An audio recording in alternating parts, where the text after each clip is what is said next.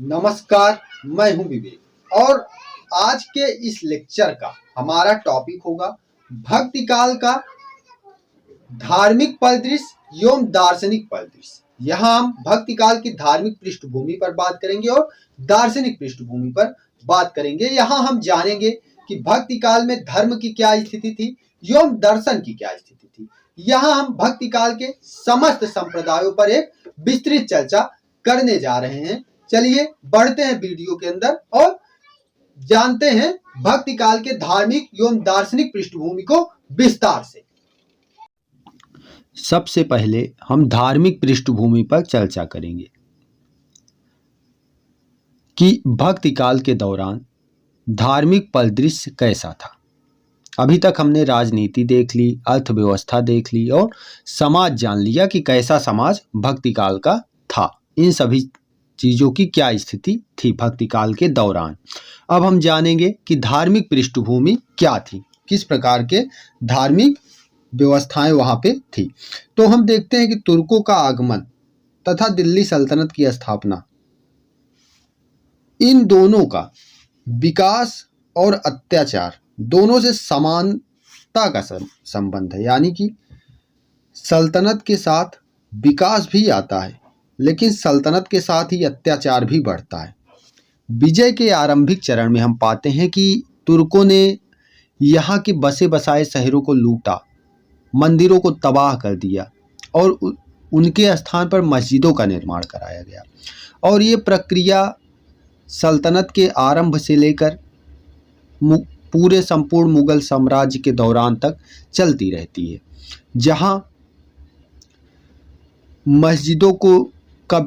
मंदिरों का विध्वंस किया जाता है और मस्जिदों का निर्माण कराया जाता है उन्हीं मंदिरों की नींव पर। साधारणतः इस युग में इस्लाम स्वीकार करने के लिए बल प्रयोग नहीं किया जाता था। यानी कि सामान्य स्थिति में अगर युद्ध की स्थिति नहीं है तो उस दौरान इस्लाम को स्वीकार कराने के लिए कोई भी बल का प्रयोग नहीं होता था। और जब तुर्कों का आगमन हो गया, तुर्क स्थापित हो गए यहाँ पर, तो उस दौरान उनका शरीयत का कानून लागू हो गया, जिसके हिसाब से इस्लाम के अतिरिक्त किसी अन्य धर्म के किसी नए पूजा स्थल को स्थापित नहीं किया जा सकता।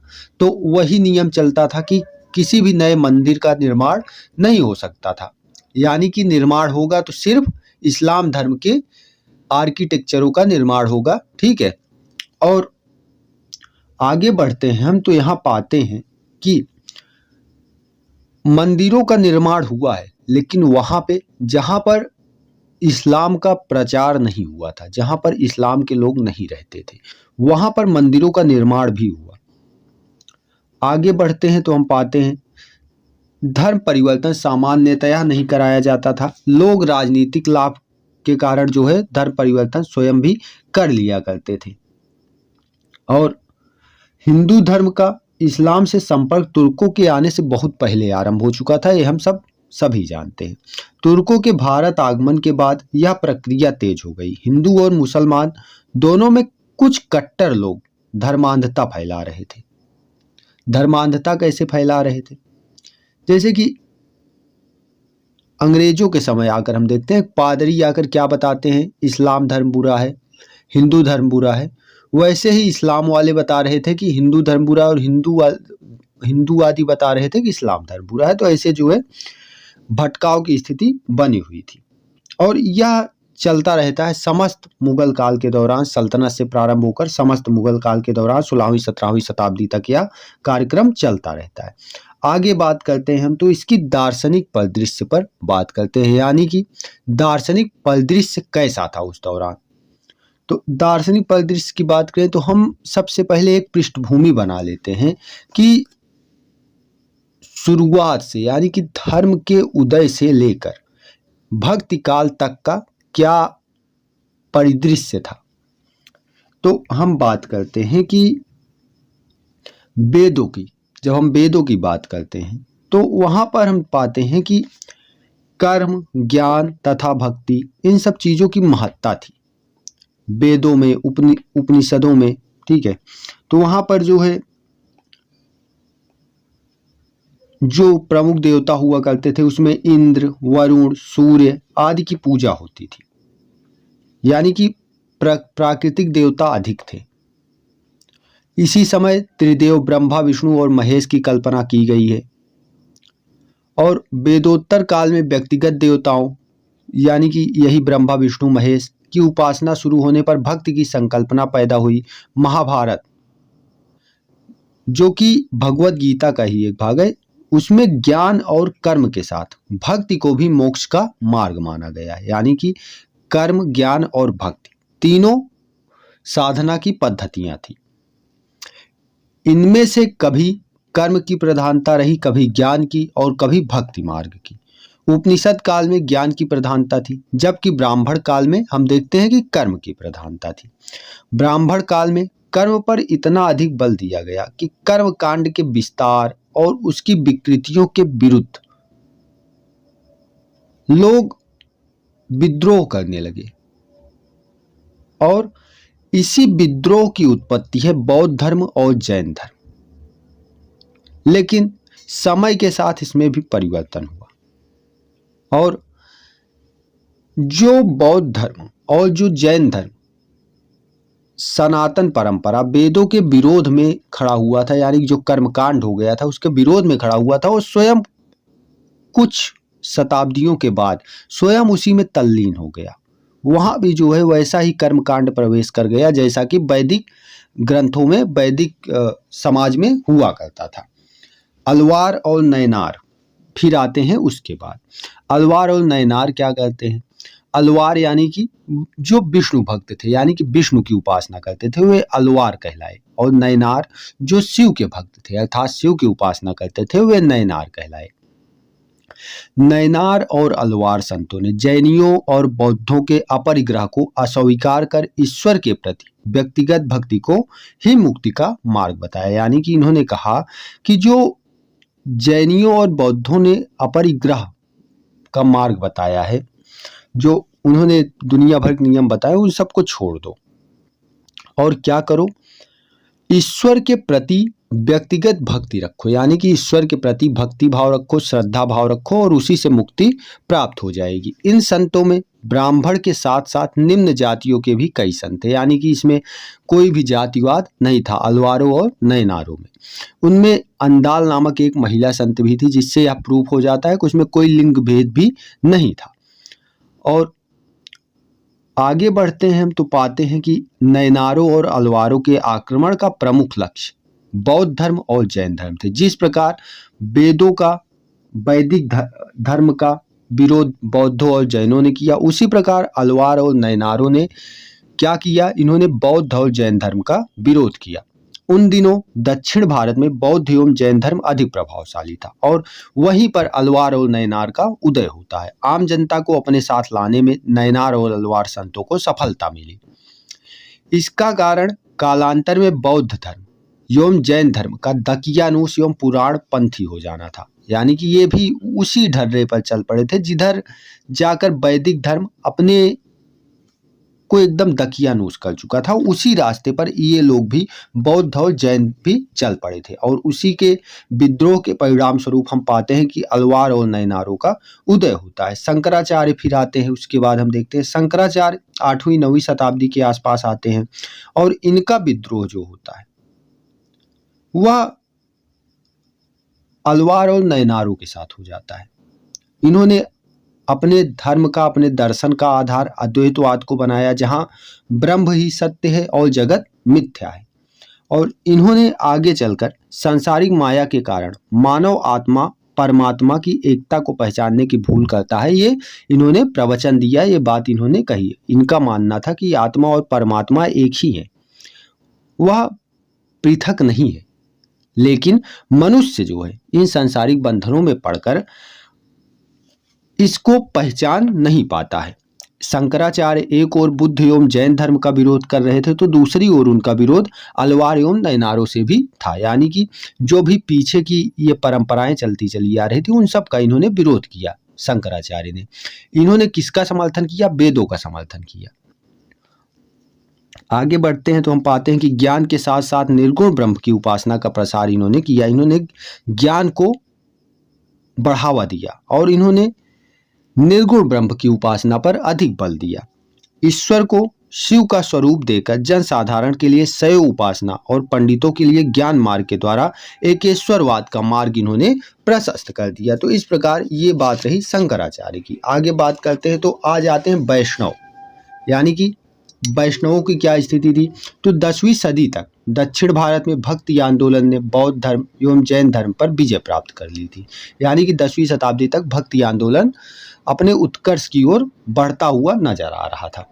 परंतु आगे चलकर दक्षिण भारत का भक्ति आंदोलन धीरे धीरे अपना उन्मुक्त और समतावादी चरित्र खोने लगा।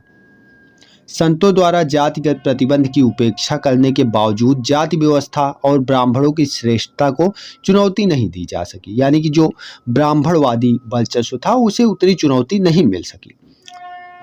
मंदिरों की संख्या में वृद्धि होती रही, बृहद अनुष्ठान एवं कर्मकांड की अधिकता होने लगी। यानी कि अनुष्ठान कर्मकांड सब चल रहा था और तब तक चलता रहता है जब तक तुर्कों का यहाँ पर साम्राज्य स्थापित नहीं हो जाता। उसके बाद मंदिरों का जो निर्माण था उसकी प्रक्रिया में थोड़ी कमी आ जाती है, थोड़ा धीमा हो जाता है। तो ये जो कर्मकांड वगैरह चल रहे थे इसको सुधारने का कार्य किया रामानुजाचार्य ने। उन्होंने अलवारों की भक्ति को दार्शनिक आधार प्रदान किया। उनके मत को विशिष्टाद्वैतवाद कहते हैं। नयनार और अलवार संत पुस्तकीय ज्ञान की उपेक्षा करते थे, जबकि रामानुज ने भक्ति को वेदों की परंपरा के साथ जोड़ने का प्रयास किया। इन्होंने भक्ति को वेदों से जोड़ दिया। तो ये इनकी खूबी थी, ये इनकी विशेषता थी। उनके मत में भक्ति का मार्ग सबके लिए खुला था। उनका मानना था कि भक्ति जो है सबके लिए है, बिना जाति पाति लिंग भेद कोई भी भेदभाव किए बिना भक्ति सभी के लिए है। इसमें ऊंच नीच कुछ नहीं है, सब एक समान है। भक्ति आंदोलन के इस विकास के क्रम में आगे चलकर रामानंद आते हैं, जिनके संदर्भ में ये कहा जाता है भक्ति द्रविड़ उपजी लाए रामानंद। तो आगे बात करेंगे। तो अभी यहाँ पर चर्चा करते हैं कि शंकराचार्य के अद्वैतवाद से टकराने वाले मत कौन कौन से थे। यानी कि हम देखते हैं कि सबसे पहले वैदिक संस्कृति चलती है। वैदिक संस्कृति के बाद उनके विरोध में खड़े होते हैं बौद्ध और जैन। फिर बौद्ध और जैनों के विरोध में खड़े होते हैं अलवार और नयनार।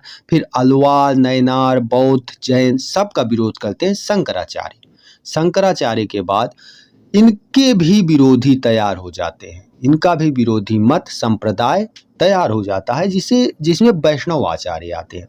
तो इन वैष्णव आचार्यों ने कुछ मत प्रतिपादित किए, इनके कुछ संप्रदाय थे तो उन पर चर्चा करते हैं। जैसे 12वीं शताब्दी में हम देखते हैं कि विशिष्टाद्वैतवाद, यानी कि 12वीं शताब्दी में श्री संप्रदाय की स्थापना हुई और इसके संस्थापक थे रामानुजाचार्य और इनका मत था विशिष्टाद्वैतवाद। यानी कि विशिष्टाद्वैतवाद मत के प्रतिपादक थे रामानुजाचार्य। यह जो है राम भक्ति से संबंधित है। उसके बाद 13वीं सदी की ओर बढ़ते हैं। 13वीं शताब्दी में माधवाचार्य आते हैं, जिनका मत द्वैतवाद था। द्वैतवाद तो उनका निम्बकाचार्य का हो जाता है, तो माधवाचार्य का था द्वैतवाद। इनके संप्रदाय की बात करें तो ये ब्रह्म संप्रदाय से संबंधित थे। 13वीं शताब्दी में ही विष्णु स्वामी आते हैं, शुद्धाद्वैतवादी हैं ये, और रुद्र संप्रदाय से ताल्लुक रखते हैं। उसी समय 13वीं शताब्दी में ही निम्बकाचार्य आते हैं। निम्बकाचार्य द्वैतवादी हैं और सनकादि संप्रदाय से संबंधित है। तो इसमें हमने बात की कि श्री संप्रदाय जो है राम भक्ति से संबंधित है, बाकी ब्रह्म संप्रदाय, रुद्र संप्रदाय और सनकादि संप्रदाय तीनों कृष्ण भक्ति से संबंधित हैं। इस पर हम विस्तार से चर्चा अगले वीडियो के अंदर करेंगे। अभी बात करते हैं आगे। तो फिर इस प्रकार यहाँ पर वैष्णव शंकराचार्य जी का विरोध करते हैं और इसी से उत्पत्ति होती है राम मार्गी भक्ति की, कृष्ण मार्गी भक्ति की, और फिर इसी में आगे चलकर हम देखते हैं सूफी मत, ज्ञान मार्गी काव्यधारा, सब फिर आगे ऐसे विकास की प्रक्रिया चलती है। तो आगे जब हम बात करते हैं तो राम मार्गी काव्यधारा की बात करते हैं तो रामानुजाचार्य के शिष्य। रामानुजाचार्य कौन है? रामानुजाचार्य विशिष्टाद्वैतवाद मत के प्रतिपादक है और श्री संप्रदाय के संस्थापक है। रामानुजाचार्य, उनके शिष्य से आते हैं राघवानंद। राघवानंद जो है वे उत्तर भारत में भक्ति आंदोलन को लेकर आते हैं। और उसके बाद इसका प्रचार प्रसार करते हैं राघवानंद के शिष्य रामानंद। उन्हीं के बारे में कहा जाता है भक्ति द्रविड़ उपजी लाए रामानंद। तो इस प्रकार का कार्यक्रम यहाँ चलता है। और इसी दौरान हम आगे देखते हैं कि उनके अनुसार सगुण ब्रह्म को ज्ञान और वैराग्य मुक्त प्रेम योग से तथा निर्गुण ब्रह्म को प्रेम और वैराग्य मुक्त ज्ञान योग से प्राप्त किया जा सकता है। यानी कि सगुण ब्रह्म को ज्ञान और वैराग्य मुक्त प्रेम से तथा निर्गुण ब्रह्म को प्रेम और वैराग्य मुक्त ज्ञान योग से प्राप्त किया जाएगा। इन्होंने नियम भी बताया। आगे बढ़ते हैं तो इनके कुछ शिष्य थे रामानंद के, जिनकी संख्या 12 बताई जाती है, जिसमें रैदास, कबीर, धन्ना, सेना, पीपा, भवानंद, सुखानंद, अनंतानंद, सुरसुरानंद, सुरसुरी, पद्मावती, ये इन सब का नाम आता है। सब इनके शिष्य थे या शिष्याएं थी। और रामानंद ने अपने धर्म का, अपने संप्रदाय का प्रचार प्रसार जो है वह लोक भाषा में किया, यानी कि जो तत्कालीन भाषा लोगों में प्रचलित थी उसमें किया। इसके पश्चात हम देखते हैं कृष्ण मार्गी भक्ति। कृष्ण मार्गी भक्ति किस प्रकार की थी? तो रामानुजाचार्य के श्री संप्रदाय का उत्तर भारत में विकास भक्ति के रूप में हुआ, जबकि कृष्ण भक्ति का संबंध माधवाचार्य के ब्रह्म संप्रदाय, विष्णु स्वामी के रुद्र संप्रदाय और निम्बिकाचार्य के सनकादि संप्रदाय से है। इन तीनों प्रवर्तकों के अनुयायियों में कुछ ऐसे भी हुए जिन्होंने संप्रदाय विशेष में दीक्षित होकर भी निजी सिद्धांतों के आधार पर स्वतंत्र भक्ति संप्रदायों की स्थापना की। ऐसे अनुयायियों में हम पाते हैं चैतन्य महाप्रभु को और महाप्रभु वल्लभाचार्य को।